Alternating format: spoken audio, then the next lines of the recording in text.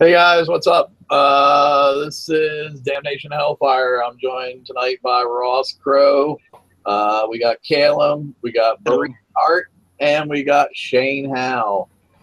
And this is episode 5 of BP Crow's Nest. And tonight we're going to talk about first we're going to start with the wrap up of Bounty. So let's go ahead and jump into that. So first we're going to talk about some obvious bugs that were going on. First, I know for me, one of the big problems that I had was dead bases showing up in the locator.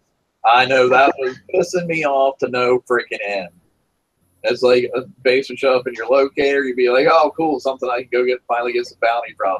And you go and hit it, and it would be a dead base. Yeah, I hate a lot of dead bases. I agree. I'm assuming that's an issue everybody was having. Yeah, from the first hour it started, everybody was running dead bases by then.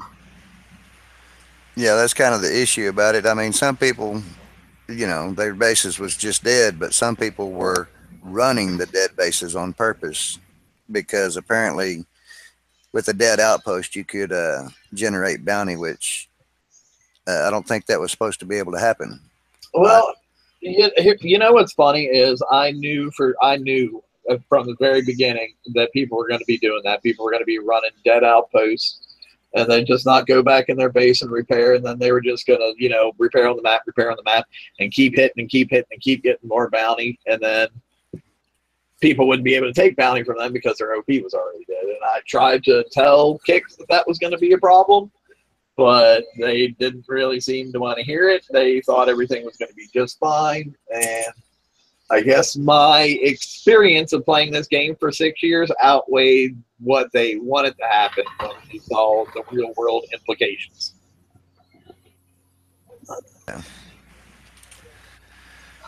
I know for myself personally, it wasn't. Yes, it was an issue when it came to you go to hit and it was a completely dead base. Info on there, and with me it was more the issue of it was showing me that, hey, I should get this much bounty for hitting the base. I was hitting it, it had HP, I killed the op, and then I would get no bounty for it. That's what was aggravating me as much as the dead bases. Yeah, that one was one that came up for a lot of people too. We got that down there further, and bounty payout's not correct. You're supposed to get so much, but you go and you kill the base, and then you don't get nothing. And when you successfully defend your base as well, I didn't get awarded 0 bounty for killing anyone in my base. Yeah, I mean, and they did come back and say, well, we never said that you were going to get bounty for successful defenses, and it never did say that. But the way everything in PvP has been before, basing it off the medal system, is if they win, they get medals. If they lose, you get medals, And I don't see why the exact same thought process and the same wouldn't hold true for this bounty thing. You should, if you successfully defend your base, you should definitely get bounty. Yeah, and another thing, when you lose in the base as well, it takes the bounty away from you. I messaged the person after I failed in base and asking them if they got it, and they didn't. Yeah, I mean, we're already working with a quote-unquote limited currency pool anyway when it comes to this bounty, because there's only so much out there based on who's participating, who's not participating. And to take what's already a limited currency and throw half of it in the freaking ocean is just silly to me. I know, Shane, you got a lot to say about this particular one. Well, yeah, I mean, that's just my feeling on it. But, just to throw that many points into the ocean just seemed kind of redunculous to me. And, I mean, going out and hitting bases isn't my big shtick, but that doesn't mean I can't. I mean, the first 2 days of these event right here, I went out and hit more bases than I hit in the last year. Right. And not just little bitty bases. I mean, I hit bases of consequence. I've got the up-to-date fleets, you know, but I pride myself in the game as a defender, not as the aggressor. You know, I just like to play my own game. If somebody wants to come and hit my base, cool. Test and see if what I've been doing is good enough. I should be awarded points for being able to defend myself. Yeah. You know, but there at the end, I mean, for me to go out and lose in a base, I would lose 836 points. That's a lot of points to just be dumping out there 10, 20 times a day. You know, I mean, with the limited points in the event as it is, just to dump all that into the ocean and it go nowhere just didn't make any sense at all. But yeah, things were definitely extremely skewed on the side of the attacker in this event. And yes, I realize attacking is a big part of PvP, but defending is equally a big part of PvP. And we shouldn't be shafted just because we chose to have a good defense and not get anything for that. Well, you know, don't take the statement as me trying to say there's a conspiracy, because I don't believe in that. But think of, okay, our defender hulls take 3 and 4 times as long to build as conqueror hulls, as the attack hulls. And now we have an event that's supposed to be about PvP, but if you're good at defense, oh well, tough crap, you don't get anything for it. It's sending a very bad message to us, the players, that defense is not given. That is half of player versus player, is being able to defend. Yeah, and it's not only on the build side. The repair side of defense hulls is a lot more than Conquerors also, even in the half repair slot. It's still more than they are. So, I mean, to have to sit there and pay a lot more in defending and not get nothing was really hurting. I mean, it didn't cost me nothing to hit bases. I can sit there and repair them on over time. I had like 4 hitter fleets. I had like 3 defense fleets. And those things, I mean, in that 4 hours, I can't repair none of those dudes in one shot without coining. You know, it's just too hardcore on the defense side as far as cost as well in repair times and build times. Well, here, and you mentioned about repair times. Well, what about that issue you would have when you would stop something in your queue and want to start something else in your queue, or you would want to move stuff around your repair queue and you would stop it? For me, every single time I wanted to do anything with my repair queue, I'd have to refresh because nothing would take. And that was getting really freaking old, like really freaking old. I'm actually still having that issue. I'll bring my fleet in. I've got like 3 minutes damage on each ship. I go to take them out, and I got to refresh before I hit start. I put another one in there. I got to hit refresh before I hit start. I mean, every single ship, I have to hit refresh before I can hit start repair. Yeah, and with the sorry. No, you're fine. I'm done.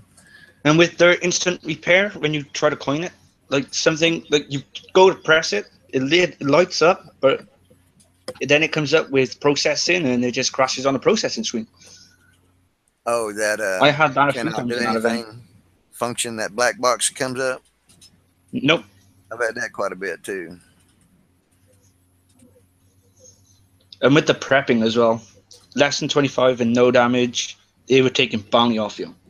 Oh, Me personally, I like to prep your base. If it was like forcing you to one hit a base. Yeah. If you didn't take damage, because that's one of the things they stipulated on there. You didn't lose points until you like took 10% damage on your fleet.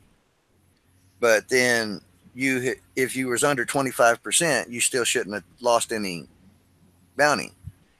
It's only if you went over 25% and got 10% damage on your fleet, you were getting bounty taken from you. That's what I understood that they said on the show that they did. So that is the way it was supposed to work, from the way they explained it and the way it was posted. But apparently that's not the way it worked for a lot of people. Yeah, in the end, it was costing you to prep bases. So, you know, that's kind of I guess gambling thing there. You know, how many times do you want to prep to see if you're going to get your payout? And then when the payout was nil, that made it even worse.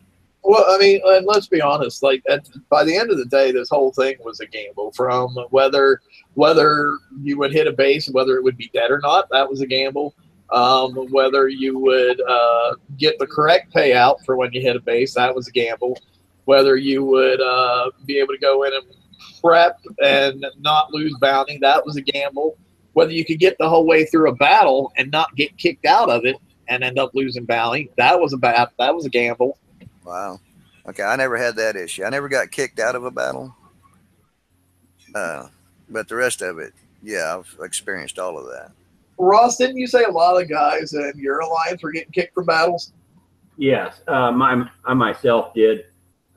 Even I heard about it by 2 different players, and then it did also happen to me about the 30-second mark. It just automatically kicked me out, and I went, and so I lost it. So I actually went back in, and it did it again, and and the very next battle it did it exactly again. So I believed him from that point on, but I've had it happen a total of 3 times now, and it was not at the 30-second mark the 3rd time or anything. So I have not figured out what's causing the issue or what it is. It's certainly it's not on my end. I just don't know. Yeah, I mean, it seems to me anyway, a lot of these issues were just because of it's overall just game stability issues is what seemed to be the problem more than anything. I would agree. I don't think that in general. I just don't think the points were being distributed like they were planned. I know they weren't. The whole thing was kind of a maybe recorded as you play. That's almost how you had to do it if you wanted to participate in it. In theory, it was a fun one for me, but in theory, but I myself stepped back and I waited to watch how it was going before I entered. And so another thing, did anybody else have the problem when you hit a base, it was taking a certain amount of points off you? I just think the whole thing with the points in general, we can't. I don't know if I have a baseline to say what is correct and what isn't, because it was so random and so odd. In my gameplay, at least, I can't say that. I can certainly say that the points listed on the map were not what I was getting. I can say that I was not losing the correct amount either. So I don't really have a baseline to go on to know. Well, and it also seemed like the bugs were extremely random and hit or miss, because not everybody would experience the same bugs. You know, there were certain ones that were more widespread than others, yes, but there were certain ones that, like, you know, Joe over in the next sector might see, but I didn't see for the whole event. So that's what was really confusing me, is just the apparent randomness of a lot of them. Well, bringing up about like old bugs, I believe Rue had this issue as well, and I came across it about 3 or 4 times. The old Pride losing its prideful after stun. Yeah, it resurfaced, and I even ticketed it, and they said, "Oh, we don't have any evidence of a problem like that happening," even though I sent them pictures of it, going, "Well, tell me it's not happening." I think the support was probably definitely overwhelmed on this one. So very much so. I mean, and another thing, the one thing I will say about support, and I'm not going to delve a whole lot into this, and I don't want anybody else to delve a whole lot into this, because this is going down a rabbit hole that I don't want to really go down. But I will say this, the support was very all over the place in their responses to people. Because I know for a fact people who got, for one ticket would get like 750 gold and 10,000 bounty, to other people who put in tickets would get like 25 gold. So that spectrum of their responses there was so vastly different to people that that's not a good place for them to be, and customer support. But like I said, I don't want to really spend any time talking about this topic. I was just putting an editorial opinion out there, and we're going to let it go with that.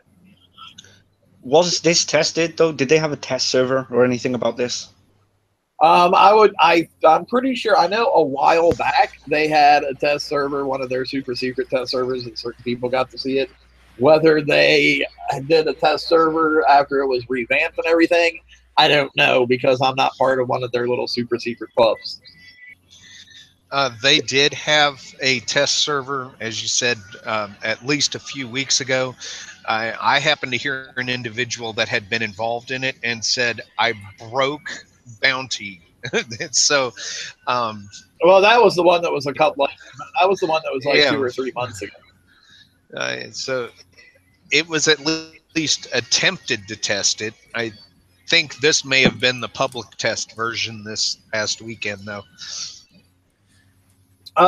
There were a couple things that, you know, based on what I saw and what I talked to a couple people about, that if they want to bring this out again, as opposed to the stability issues, which, you know, there's not much I can comment on about that. That's kind of their end. But some things I think that would kind of help some of the problems I saw. I personally think that even if you're in a bubble, your OP should be generating at least half the amount of bounty of what your normal bounty generation would be. I don't think just because I'm getting flattened all the time, I should not be able to generate any bounty whatsoever.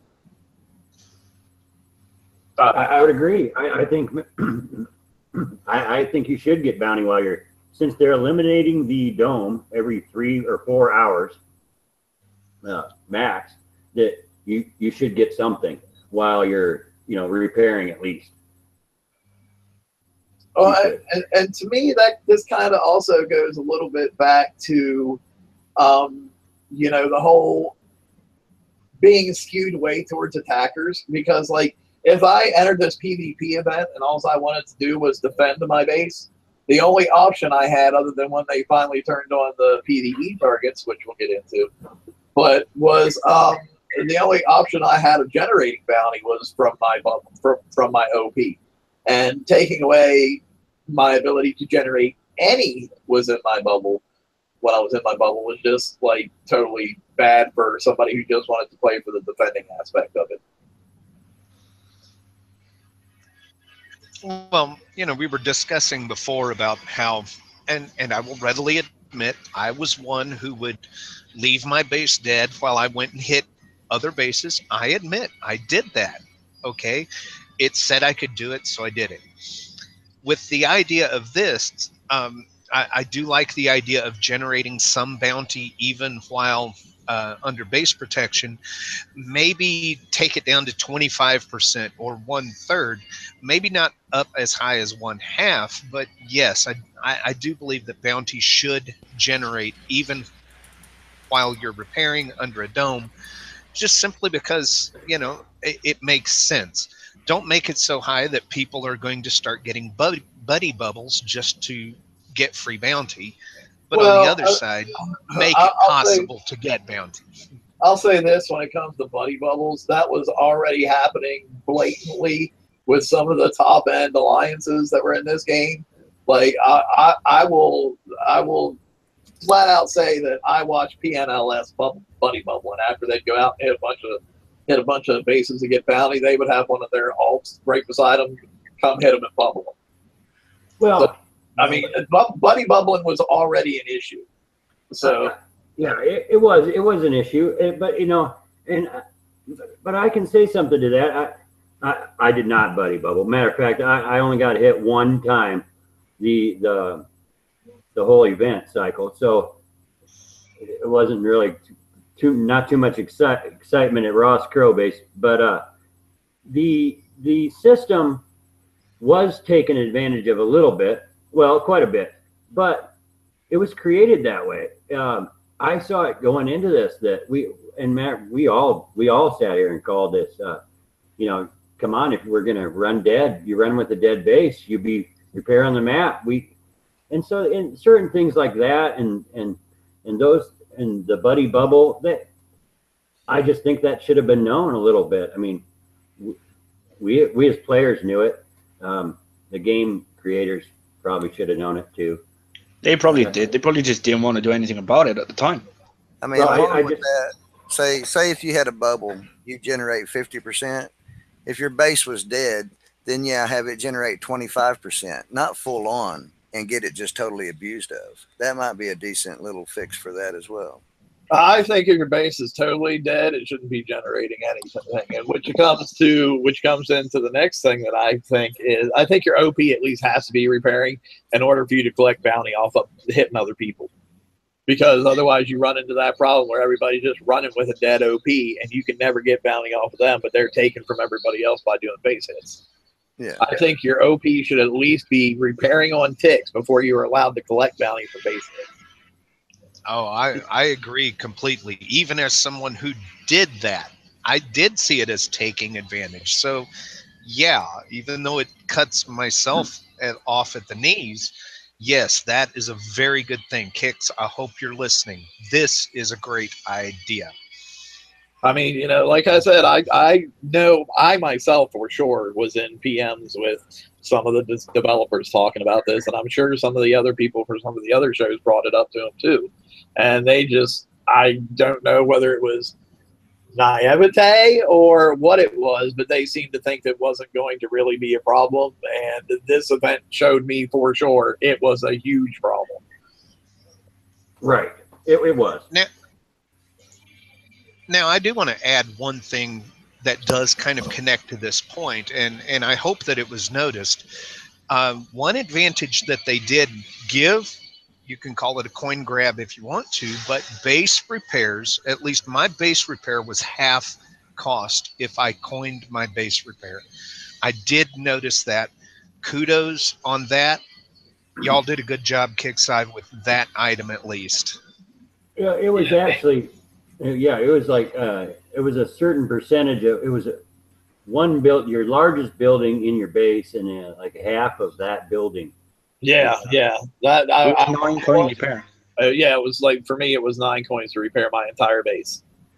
And that's just a great deal, and I think myself, I think that's a coin generator. I'll coin my base all day long, 9 coins, but I won't do it at 50 plus. I mean, that's the truth. I really won't. And so I think that was wonderful. I wish that was brought up in more often. I want to know too why repair structure tokens didn't work on the dock. I got them to work on every other single building in my base, but not on the dock. I mean, that personally, in my opinion, that was a little bit dirty and underhanded there. Yeah, I myself was counting on them repairing the dock. I didn't run into the issue. However, they should. Why wouldn't they? They don't say everything but the dock. So I just think they should. Another thing they need to do is when they put the opt-in button there on the dock, where you would launch your ships, get rid of that from on there. Because I don't know how many people that accidentally opted in because that button was there. And then once they opted in, there's no way to get out. So I know a lot of people that once they accidentally opted in, they just logged out for like 3 or 4 days.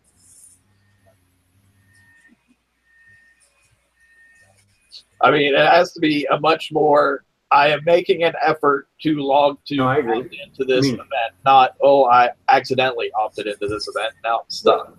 And myself, I did not enter the event till the last day. And let me tell you, I hit that button so many times just going to launch a fleet. And I was glad I had a second pop up, I believe, or I was able to get out of it each time. But boy, I hit it so many times. I just definitely wish that was moved. Yeah. And they've lowered their base repair time right now. With the base, it's only 20 something odd coin, where it was 63 coin to repair the whole base. Nice. Shane, I think you were trying to say something there for a minute. Oh no. Okay.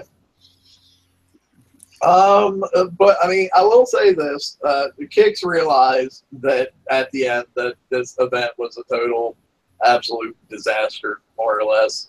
And they did take some steps to try to rectify everything. You know, they made it to where if you had been participating at all before, that you got awarded 2,350 basically free bounty, which was a good thing. They made the turret available to anybody who opted in whatsoever for 1 point. That was a huge thing because let me tell you, that turret in itself, my opinion, is a bit of a game changer right now. So for being able to get that turret just by clicking the opt-in button, I think was a huge boon to everybody. Definitely. It changed the game for all the, I mean, mid-level players, anyone who opted in. This turret can make your base whole. One of the elements to remember, though, that turret that you could get for 1 bounty, it does require a level 8 turret to mount.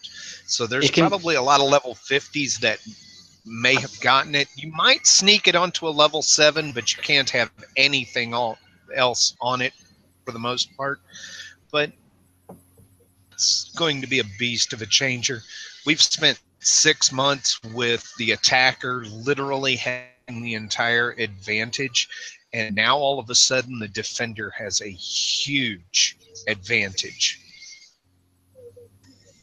Yes. Well, until the next Conqueror fleet comes out, then I'm sure we'll have a crap ton of concussive deflection. So it'll balance back out at that point in time. But yeah, I would say if you were able to get this turret and you were able to install it in your base, I think the balance is, for the time being, is definitely shifted back towards defenders.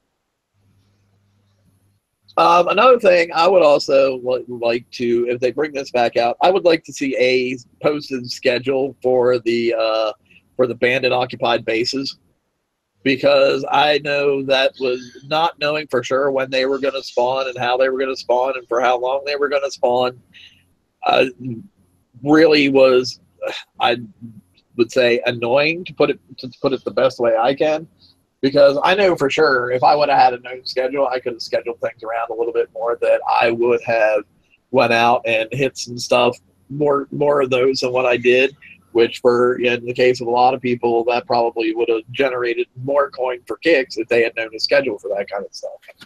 So yeah, I think if you're going to do that again, you're going to bring those bases back, make sure you give us some kind of schedule for that kind of stuff. I personally believe that was an impromptu.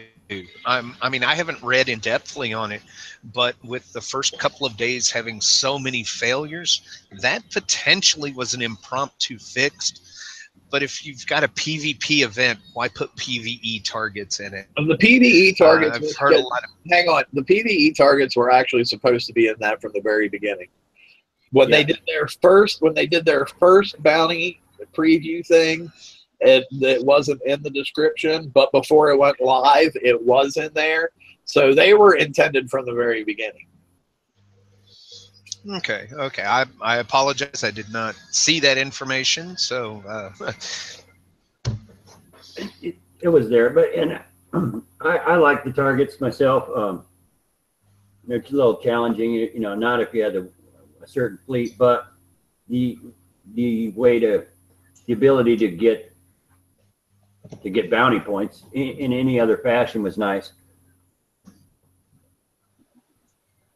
Yeah, I mean, there's going to come a point too where, like, the thing I liked about it is there became a point where, okay, everybody that I could possibly get bounty off of was like bubbled, as far as according to the locator.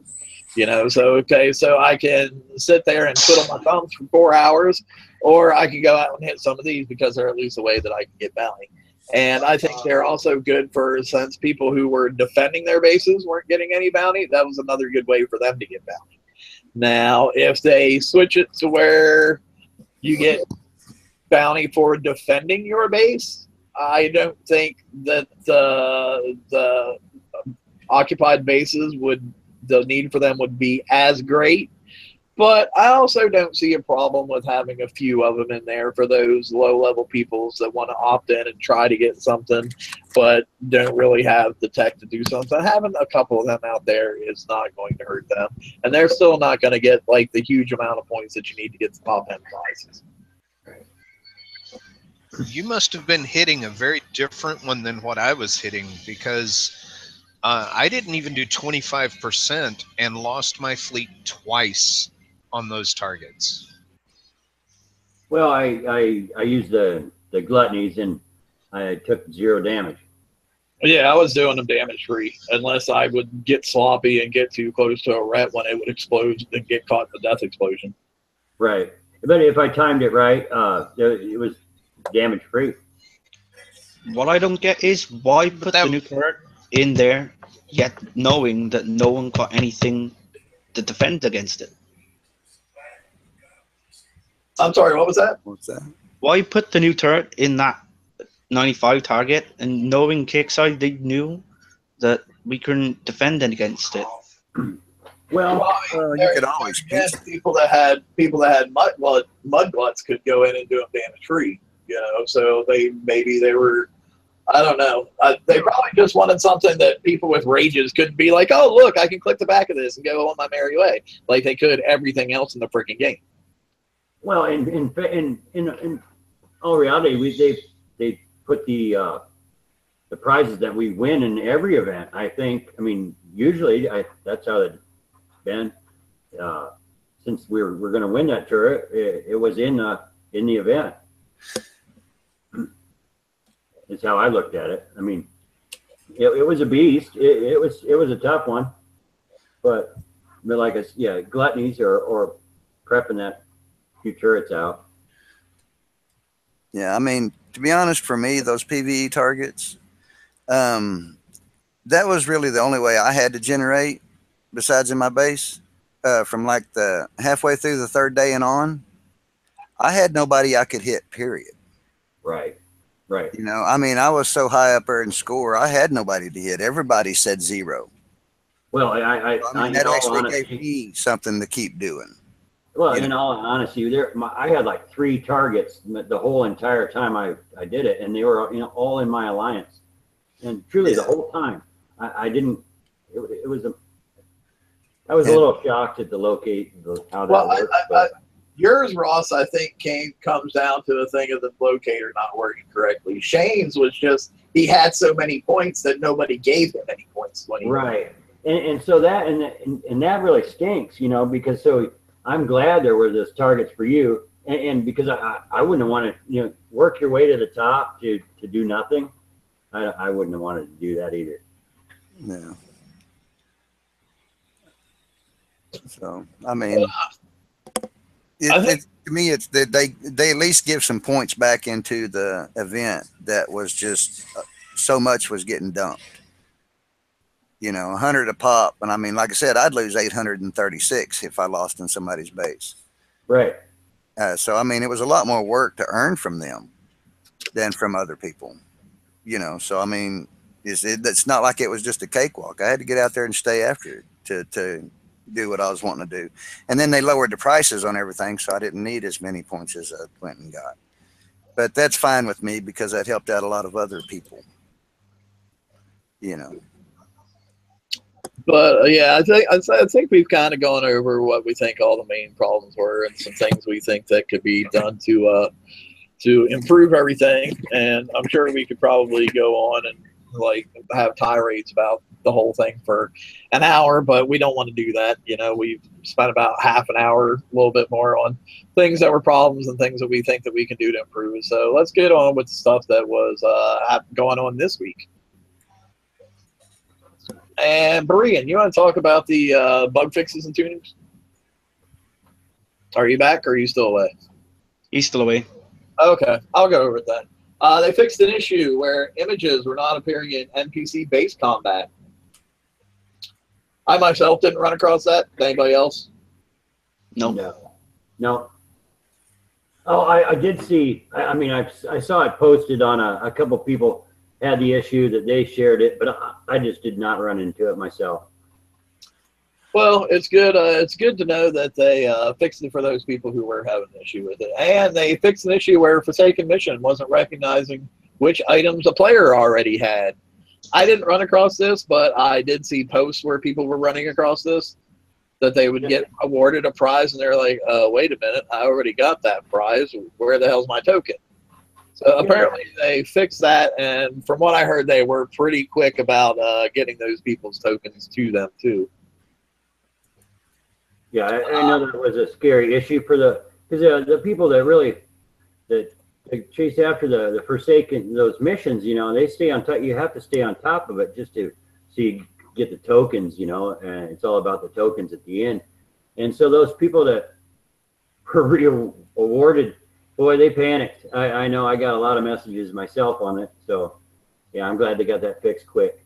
Oh my gosh, could you imagine being that first guy who, like, this is your first week, you're finally getting the tokens on tier 5, and you do that first round and you get to where you're going to get your tier 5 tokens, and it gives you a prize that you already had. Oh my God, could you imagine being that guy? Oh, right? Right. And there was lots of that guys out there. They fixed an issue where users were not able to build a Hellstar. Okay. Darn. I think that was already an issue because people just weren't clicking the build a Hellstar button, but you know, whatever. They fixed an issue where ship storage was displayed incorrectly for some users. I didn't have that problem. Anybody else? No, sir. I very rarely go into my ship storage, so even if it was a problem that I had, I probably wouldn't know. And they fixed an issue where users couldn't engage in NPC campaign combat. Yeah, I couldn't get in my base when I did their daily campaign. Okay. So apparently these were the issues that some people were having this past week, and they fixed them for those people who were having these issues. So good on them, and yay for everybody that has their issues fixed. Then we got the re-release of Call to Arms Monolith. I think it might be a little bit different this time around, but I'm not 100% sure. Ross, you want to talk about this a little bit? Sure. We have this one's here, and as far as I know, as far as I'm being told, it's exactly the same as it was before. The prize pack one, you get the Monolith Hull. You do get the Siege Mortar, and it's the D85D. You get the Precision Napalm Detonator Special. And then for prize pack 2, you get 3 of the build tokens for the Monolith, and 4 of the medium size, the VXP tokens, along with that. And then prize pack 3, you get 5 of the 1-day tokens, and then 5 of the medium VXP tokens also. So it's a pretty big deal. Now, I think on here it lists, okay, I think it's just listed twice. Well, no, in that last pack, you also get 5 1-day gridiron build tokens. Oh, you do? With the 5 okay. 1-day monolith build tokens. I was reading that incorrect. Okay, so you get both. I think that. And on the last one, the VXP tokens is actually for the gridiron as well. Very good. Good deal. And then for the Siege Mortar, the D85D, now I put this on a couple of things myself. It's a very nice mortar. It's got a lot of damage. So the splash is 22. It's got a very high splash, spread of 75. The range is 90, but the damage is 58 or 5,800. So it's the one I would prefer as far as mortars out there right now. I would suggest it. Now, as far as the Precision Napalm Detonator, now it's a splash and explosive buff. So you're going to gain 65% splash and 20% explosive damage at the same time. as far as I know, that's the special abilities. Oh, it creates, let's see. Well, it's a resonance trigger, so it creates a fire, a field, and that's about it. Cool. For anybody who doesn't have monoliths, and for whatever reason on God's green earth you want to build monoliths, this is your chance to get caught up on doing all that. I myself, I hate monoliths. I absolutely despise monoliths. I think whoever decided that the ramp up speed thing for a mortar hull was a good idea should be taken out behind the woodshed. But that's neither here nor there. If you like monoliths and you want to get monoliths, this is a good place for you to go. Right. It's a good one. Let's get some tokens for switching around a little bit. Right. Or you can just do what I did and just scrap them. Yeah. We also have Titans Unleashed. This is another one for your mega ship. First prize pack, you get kinetic engine module with kinetic engine build tokens. They're 6-hour build tokens this time. I know before they had been 1-day build tokens, but now we're getting 6-hour build tokens. Maybe that's for people who are already maxed out on the 1 days. They can at least get something by running through this campaign. Second run through, you get Congreve rocket modules, Pyro engine modules, and a Congreve rocket build token. Prize pack 3 is missile strike drone module. I love that module myself. This is like probably the best module to put on your megas. And then you can get the missile strike drone token and a drone bridge.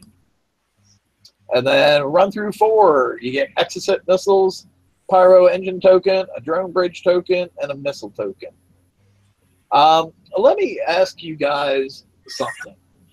Do you think that by putting the VXP tokens in the same build queue as the materials you need to build modules and stuff on megas, do you think Kix has officially kind of almost killed megas by putting them on the same queue? I reckon they have, because since the VXP's come out, I've not done nothing to my Hyperion.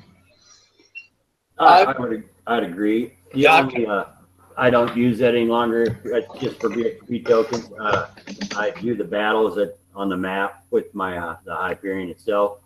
For the other things, yeah, I know I haven't built a single material for my Hyperion making things since the VXP tokens came out. Because as soon as that VXP token becomes available or it's done, I'm clicking to make another one. I think they've kind of shot themselves maybe in the foot a little bit by putting them on the same build queue. Well, I don't know necessarily if they've shot themselves in the foot. In all honesty, I think people have. I don't think people are. I think a lot of Hyperions are just sitting on the map at 145, and there are no intentions of being anything but maybe a base cover. You know, that's how I look. I see Hyperions across the entire map. People are not participating. They just they're opting out. I know. For me, I would slowly build mine when these campaigns were available. You know, I would kill it off, and then while I was dead, I would research the materials to upgrade stuff or whatever. But now that the VXP tokens are used at the same queue time, I ain't got time to be bothered with it. You know, I'm like, I'd rather have VXP tokens, which I know for sure that I will use on a regular basis, as opposed to these Hyperion components, which if nobody comes and hits me, I might get around to use them one day, you know? And they could be stolen from you, you know, also. And that's actually what I've been doing. Oh, go ahead. You know, I've got my Hyperion built. I've got it up around 200 level. I rarely research any of the components anymore. Right. Grab a couple of guys from my alliance. I'll say, hey, let's go get some parts. I want to do an upgrade. We'll spend about 2 hours in an evening. They'll come in with a Rage fleet, a Mudglut fleet. I've got a level 200. I'll hit a level 350 mega. They'll wipe it out, and I get all the benefits of it. Hey, that's what they're designed to do. Yep. My question, though, here's a question for you. Since they started introducing the tokens on the same queue timer, though, have you found it harder to go out and gather parts because not as many people have to switch around? Yeah. Not necessarily. Sometimes we have a lot of difficulty with it, but matter of fact, probably going to do a run of that tonight. So if y'all are in the same world as me, you may want to hide your Hyperions. No, I can honestly tell you that I have noticed quite a difference. You know, they're still hiding everywhere, but they aren't hiding with the little T emblem any longer.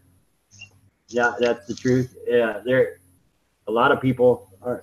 I think they're just doing the tokens also. I mean, it's a great way to get VXP. So, I mean, I wouldn't suggest not doing it. But instead of having just the Conqueror VXP tokens, don't you think they should add their VXP tokens for the base guards as well?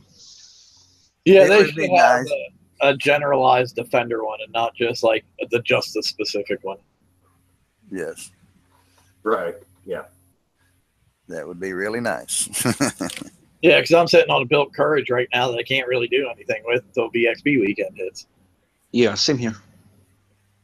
We also have Skyfire TLC. Hello, the Skyfire carrier for Prize Pack 1 is Skyfire Carrier Blueprint, the Bandit Hornet UAV, Skyfire TS6 weapon. You can rank it on the map because it's assault, class assault, and the Prize Pack 2, Skyfire Carrier 1 day build token times 2, the Skyfire small VXP token times 5, and the Prize Pack 3 is the UAV targeting circuitry, the Skyfire Carrier 1 day build token times 10, the Skyfire Carrier medium VXP tokens times 5. And you could use any garrison fleet, I think. I'm not 100% sure because I've not done it since I've scaled mine. Yeah. You can. It's a garrison. Okay, so we had the Monolith campaign, which was Garrison Fleet based. We have the Skyfire TLC, which is Garrison Fleet based. I'm seeing a pattern here. Are you guys seeing a pattern? Yes. Because let's look at the next one. Oh my God, it's a Garrison based TLC. Who would have thought it? Didn't we have a discussion about this not too long ago? And they said they were going to try to get away from doing this.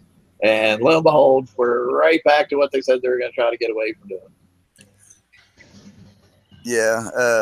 The one thing about every one of these TLCs, though, is they are 13 more days still left on them. So Correct. 2 weeks. But yeah, just doing the same type. If you only got the one garrison fleet, you know, you're going to need this much time for a lot of people to go through all of these campaigns. Because you're not going to do them all in one day. You know, there's 4 run-throughs on each one. That's 12 run-throughs. You could do 1 run-through a day over the next 2 weeks. It's just sad that it's the same fleet. I kind of figured the Skyfire would be an assault class TLC, since it's for that kind of a ship, you know.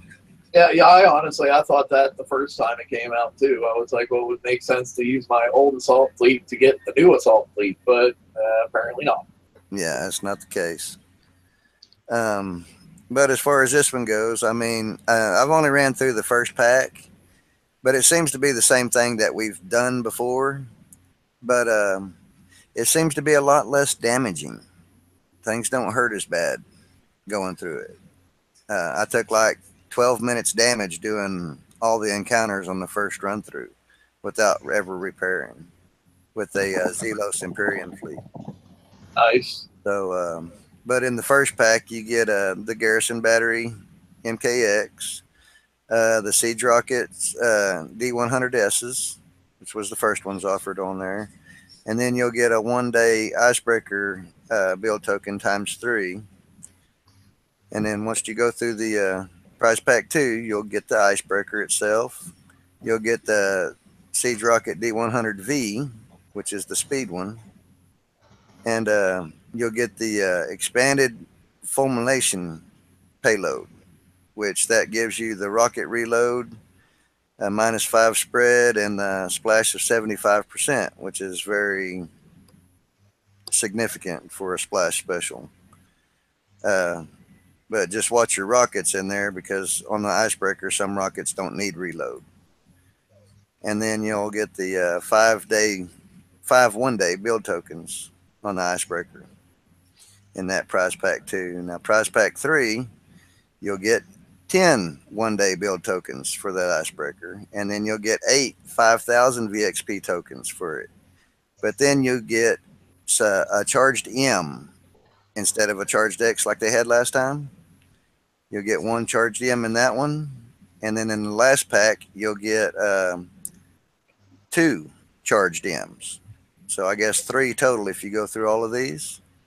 But in the last pack you'll get the Visago icebreaker.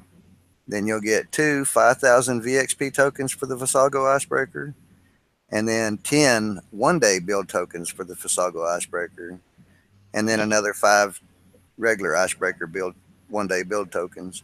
So, I mean, if you still got some work to do on your ships, this would be well worth going through. I know everybody's doing a lot of this switching out of charged armors because we're so limited in them. So at least you'll get 3 more M's out of this TLC to hopefully help out some of the lacking. Yeah, that was kind of sneaky on their part, because I saw, oh, call it Arms Icebreaker. I don't have to do this because I don't need any more X-Charged armors, because I got like 16 of them banked away that I haven't used yet. And then I looked and I was like, M-Charged armors? What the hell? I just got to looking on this last pack. Is that also? Oh, no, never mind. That's just ×2, not X also. Correct. Okay. Right. Okay. So yeah, it'll help out. It would have been nice to have 5 total through there, but at their cost, this is, I guess, acceptable. You know, it's decent. Yeah, so I mean, you know, M armors we're still currently even using M armors. So if you need some more to put on your Phoenixes or your Skyfires or whatever you're using for this current raid cycle, there's a chance to get a couple. You might just be like, you know, 2 or 3 short of being able to get your fleet exactly how you want it. So this is a good place for you to grab. This is truly worth it just for the armor. It really is. There were some things that I think with all the focus that was on bounty last week, a lot of people might have overlooked. So I definitely wanted to make sure that I touched on these. There was a bunch of turrets that got thrown in the retrofit lab last week. All our new top-end turrets, like the Emancipator turret, the Blunderbuss, the Maxim gun turret, the minigun turret, the new, very brand new Axiom chain gun turret, the Venom Spitter, the explosive turret, the Cataclysm mortar, the Hyena missile turret, and the Phlogiston launcher, however you say that. It's been out for a couple weeks and I still don't know how you pronounce it correctly, but whatever. But and that all that stuff is now in your retro lab, so you know you can retro them up and get some more extra damage out of them. I wanted to, and also they put all the new turret panels that are in there now too as well, that you can retro up and get higher levels on them. So I definitely wanted to make sure that I touched on this, because with everything that was going on with bounty and with the delay being pushed back, or with the update being pushed back so long last week, that this is something a lot of people, unless they're like constantly looking for this kind of stuff, might have overlooked. So I definitely wanted to make sure we touched on that this week. I know the first thing I went in and I started working on the Axiom turret right away. As soon as I saw it was in there, I started working on it. As far as those alloy armors, the alloy armor COM was already in the alloy defense systems, and then they got it on the panels as well. Is that 2 different armors, or is that the same armor? I'll be honest, I don't know, because I don't put anything on my turrets, so I really couldn't tell you. Okay. Well, what you have to kind of look at, because there's a few that kind of appear on multiple locations. Look at what the retrofit is advancing. I'm one particular one that will increase the damage, but another retro will increase the accuracy of a weapon. So you just have to look modified in each area on that. Yeah, but on specials, there's really only one thing that they can boost, and that's the percentages, really. Well, it might be. I've not glanced at it. What it might be is where you saw it in the original place. It's increasing the percentage of the M part, which is going to be your missile, your penetration, and in the other place, it might be increasing your percentage on the corrosive part. So you kind of have to do both to get built up. I've not glanced at it, so don't quote me on that. I'm just throwing an idea out. Yeah, so basically what we're saying is none of us have any idea what it does, but it's in there, and we wanted to let you know it was in there, and you can go look and figure out for yourself what it does. Okay. Well, I just went and looked, and it is in 2 different spots in there, but one is for your ships, and the one in there with the alloys that you probably already had done years ago, it just adds penetrative to the alloy armor COM that you put on your ship. Okay, so it is basically what the other one is for your base. I guess that new armor we got that you could put on the special slots in there. Gotcha. Yeah. Okay, and so on the panels, I'd have to go look at the retro again. I think it does do both penetrative and corrosive, but on the one for your ship, it will only increase your penetrative because corrosive was not in there. Just the penetrative, ballistic, and explosive for the original alloys that we all have had for a long time now. Right. Yeah. Like I said, even though we might not know the exact specifics on some of this stuff, my main thing was to let people know that it was in there. Because I think a lot of people might have overlooked it because they're so focused on bounty. Yeah, and they're probably focused on the advanced systems over what you just said a while ago, the turrets that they got slipped in there with not a lot of notifications. Yeah, because the turrets happened, the advanced systems happened the week before, and then we got hit with the turrets this week. Yeah, way to go on that content, slowing down that content overload. But anyway, so yeah, I think that pretty much wraps up all the stuff that was new this week and last week.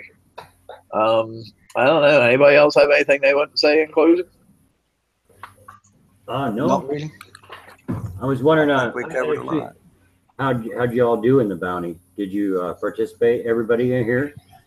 I did. I did. I got everything. I got everything except for the skin, which I didn't really care about the skin anyway. So I got everything that I wanted and still had like 1,100 points left over. Very good. Yeah, I got everything the available. I got 3rd global, so. Nice. Yeah.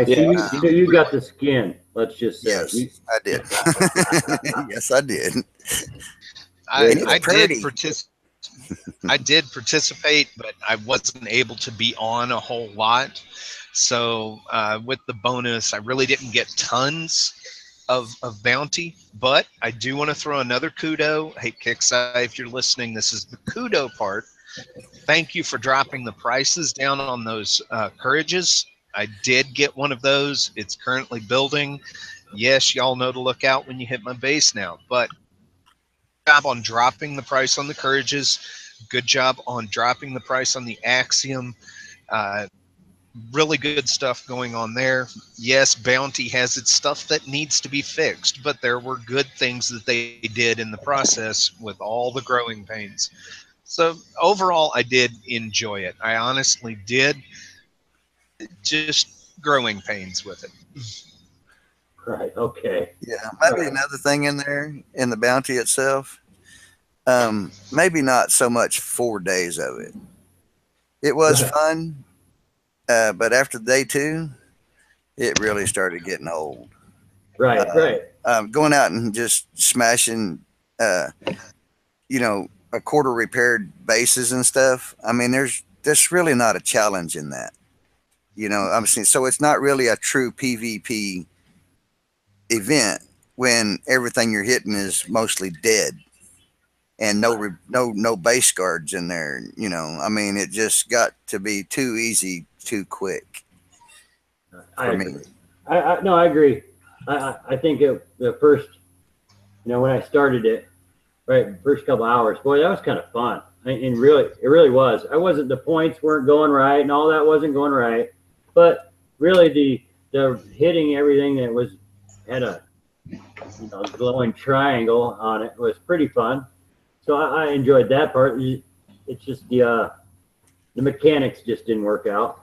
But my biggest suggestion would be, next time you do it, if you're going to have it happen over the weekend, maybe plan ahead of time and take off Monday and Tuesday of that week, and then that way you can be in the office over the weekend when the event's going on, and you can kind of like be more on top of what's going on and more on top of communicating what's going on and trying to get fixes out and stuff, because it doesn't make us very optimistic when we see, okay, the event turns on Friday night. We know most of you guys are out of the office over the weekend, and oh look, we have all these issues and nobody's in the office. Yes. Yeah. So I just and there again, I don't even know for sure that quote unquote nobody's in the office. I'm just going based off our typical work schedule. Weekends is when most people have off. So I don't know. Just an idea. Just an idea. All right. Now, thank you. And another thing with the bounty store, they should limit it down to 24-hour.